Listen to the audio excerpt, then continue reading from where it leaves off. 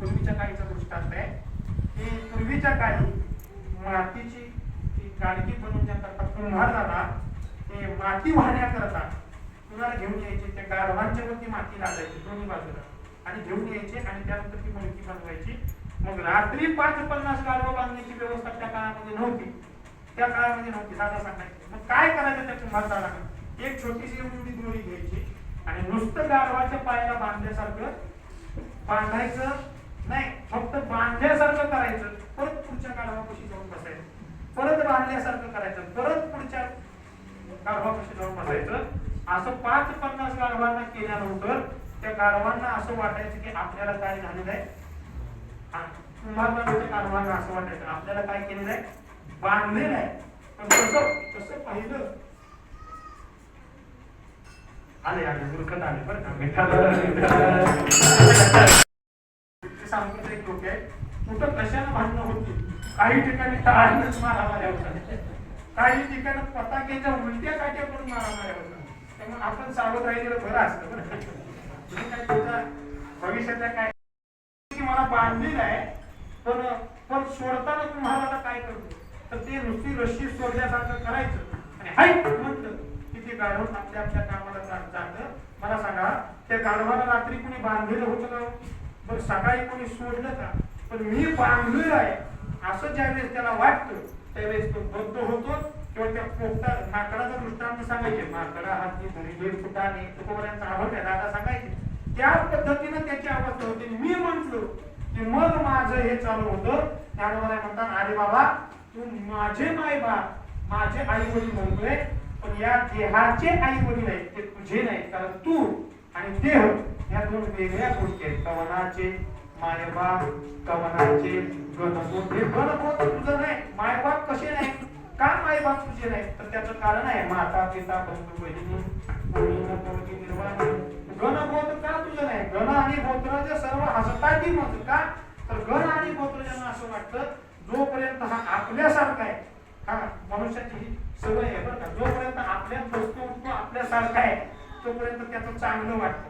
जरा पुढे स्वरूपानं गेला, अवस्थेने जरा पुढे गेला की नामदेव राय सांगतात हसतात गेले याचे माणूस पण याने सांगितले जात असू दे.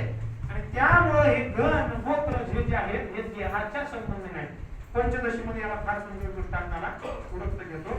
मला सांगा नवरा आपल्या पत्नीला त्या स्त्रीला काय म्हणतो, तर आई पत्नी म्हणतो बरं का. स्त्री आहे ईश्वराच्या सत्तेची स्त्री आहे, नवरा तिला पत्नी म्हणतो. लहान मुल तिला काय म्हणतो, आई म्हणतो. पुढे चला तिची बहीण तिला काय म्हणते, ताई म्हणते. एखादी जर का तिला सासूबाई असेल तर ती तिला काय म्हणते, सून म्हणते. मला सांगा आता ही स्त्री एक आहे त्या अनेक आहेत, एकच स्त्री पण एक तिला आई म्हणतो, एक ताई म्हणतो, एक सून म्हणतो, त्यानंतर एक जण सासूबाई म्हणतो, एक आत्या म्हणतात, एक ननंद म्हणतात.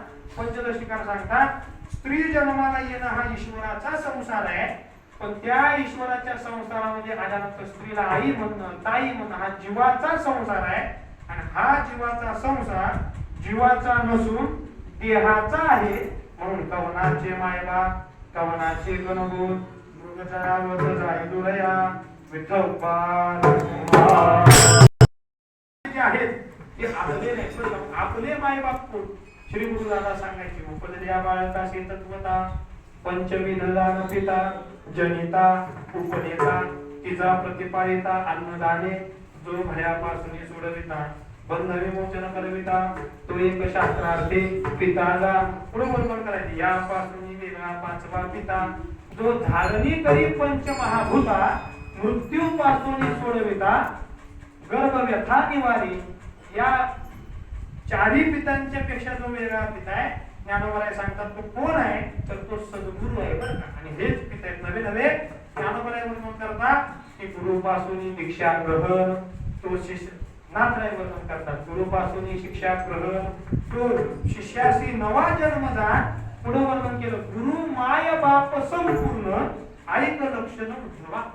भागवतामध्ये वर्णन करतात की गुरु जर का कोण असेल तर माय बाप असतात तेच आपले खरे माय बाप आहेत. त्या देहाचे जे माय बाप आहेत ते आपले नाहीत. कवनाचे माय बाप कवनाचे गणगोत कसे आहेत, मृगजळावर जाळीनुरया मृगजळाप्रमाणे आहे.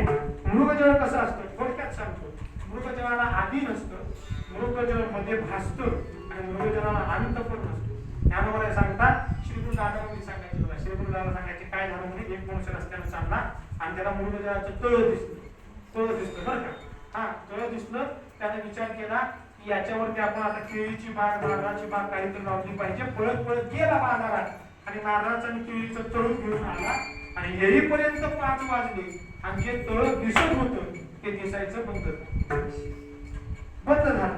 ज्ञानोबांनी नेमकी अचूक वेळी टाकली. ज्ञानोबांनी अरे कोणता मृगजळाची तळी दुरून दिसली की नाही दादा सांगायचे लांबच बघायला चांगले दृष्टीनं. कशाची मृगजळाचं तळ वाचुनी ते वरी साडी केळी लावी जे काही त्याच्यावरती काय नारळाची किंवा केळीच्या बागा लावता येतात काय दादा म्हणायचे लावता येत नाही.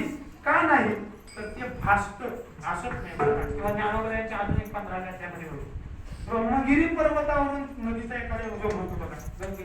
तसं ब्रह्मगिरीवरून त्याचा उगम नाही मृगजळाच्या नदीचा. त्यानंतर ती नदी समुद्राला जाऊन मिळत नाही पण 12 वाजल्याबरोबर भासते. ज्ञानोबराय सांगतात तैसी ब्रह्मगिरी हुनी न निघे माझी समुद्रा न निघे मध्य प्रतिभासे वाहू दे मृगांबू जैसे. जे आधी नाही जे नंतरही नाही मध्ये भासत ते असलं तरी खरं असत नाही बरं का. त्याला शास्त्र सांगतं आधी अंतोचे यन नास्ती वर्तमानोपी तम तथा. जे पूर्वी नाही जे नंतर नाही ते मध्ये भासलं तर ते असल्यासारखं मानायचं नाही. त्याला म्हणतात मृगजळावत. तसं हे जीवाचे आई वडील जीवाचे सुख दुःख हे आधी नव्हती ते नंतर नाही फक्त मध्ये भासतात. या सुख दुःखांचा साक्षीत्व आहे म्हणून विचारसागरामध्ये या सुख दुःखांना साक्षी भाष्य असं म्हटलेलं आहे. ज्ञानोबराय सांगतात कवनाचे मायबाप कवनाचे गणभूत मृगजळावत जाळीनुरया पुढे वर्णन केलं. हे जर का आई वडील तुझे नसतील तर तू या देहाला आल्यानंतर ज्या सुखाची इच्छा करतो ते सुख कसं आहे विषयाचे समसुख. त्या विषयापासून सुख होतं बरं का पण ते विषयाचा असत नाही. विचारसागरामध्ये याची प्रक्रिया सांगितली शास्त्रामध्ये. काय झालं म्हणे मला एखादी गोष्ट प्राप्त व्हावी अशी वाटली की आपली वृत्ती चंचल होती. मला हे मिळालं पाहिजे मला हे मिळालं पाहिजे मला हे मिळालं पाहिजे असं वाटतं आणि एखाद्या वेळेस ती वस्तू मिळाली की आपली वृत्ती स्थिर होते आणि स्थिर झाल्यानंतर त्या आत्मानंदाचं भान त्या वृत्तीमध्ये होतं आणि सुख झाल्यासारखं वाटतं विषयापासून.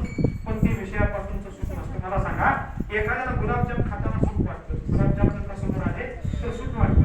पहिला घास खाल्ल्यानंतर किती सुख वाटतं. बरं त्याच्या समोर जर का 22 गुलाबजाम 25 गुलाबजाम ठेवले पहिले 10-15 खाताना जे सुख वाटतं ते शेवटच्या गुलाबजामला वाटतं का. पण विषयात जर का सुख आहे तर पहिला गुलाबजामुन खाताना जे सुख झालं ते शेवटच्या गुलाबजामुनला होतं का. मनुष्य त्याच्याकडे पाठ फिरवतो का तर ते विषयात सुख नाही बरं का. हा विषयात सुख नाही ते विषयापासून झाल्यासारखं वाटतं. ज्ञानोबरायांनी वर्णन केलं मृगजळाची नदी दुरोणी देखोनी धावे गंगोदक न पवे तानाला जैसा. किंवा त्या ठिकाणी आपण एक उदाहरण दिलं जळचर आणि श्री का जैसा लागला असे गळी आपला ते तळमळी परिसुटका नाही तैसे विषय सुख आरंभी गोड वाटे इंद्रिया फळपाटी पापलिया दुःख भोगी. त्या विषय सुखाचा परिणाम जर का काय असेल तर दुःखच आहे. म्हणून ज्ञानोबराय सांगतात विषयाचे समसुख सुख आहे पण कशा पद्धतीनं बेगडाची बाहुली. बेगड नावाला पूर्वीच्या काळी कागद यायचा बघा. आम्हाला काही तो पहिला मिळालेला नाही पण आम्ही ऐकून त्या बेगडाच्या कागदाची बाहुली केली जायची खेळण्यामध्ये पण ती खरी असायची का तसं या विषयाचं सुख आहे. किंवा अभराची सावली जाळीनुरया ज्ञानोबराय दृष्टांत दिला. अभराची सावली कशी जाईल हे सुख कसं आहे विषयाचं एकच ज्ञानोबराय सांगतात एखाद्याला घर बांधायला घेतलं बरं का. आणि घर बांधायला घेतल्यानंतर उन्हाचा त्रास होतो म्हणून घर बांधायला घेतलं आणि तेवढ्यात आभाळाची सावली आली आणि आभाळाची सावली आल्यानंतर तो म्हणायला लागला की आता घर बांधण्याची काय आवश्यकता. आपल्याला त्रास कशाचा होत होता उन्हाचा त्रास होत होता. आता उन्हाळा गेलेला आहे आणि आभाळाची सावली आलेली आता काही घर बांधण्याची आवश्यकता नाही. मला सांगा ज्ञानोबराय म्हणतात की अशा जर का आभाळाच्या सावलीनं जर का घर बांधण्याची आवश्यकता लागत नसती तर लोकांनी 3 मजली घर बांधली. आत्ताच नाही बरं त्या काळात ज्ञानोबरायांनी शब्द प्रसिद्ध घाट आहे. त्रिमालिके ढवळाले बांधावे ज्ञानोबा म्हणतात ऐसी आभ्रती छाया जरी पुरे सांगे वर्ष वाता आतुप धरे ऐसी आभ्रती छाया जरी सरसरे वर्षा काळामध्ये ते ढग आतप धरतात आभ्र छाया धरतात असे आभ्र छाया जरी सरत असेल तर सांगे त्रिमालिके ढवळाले बांधावी केली 3 मजली घर बांधण्याची काय अजून आवश्यक नाही का. तसं जर का विषयापासूनच जर का सुख होत असेल तर आत्मानंदाचं त्या भगवंताचं प्राप्ती करून घ्यायची काय गरज आहे.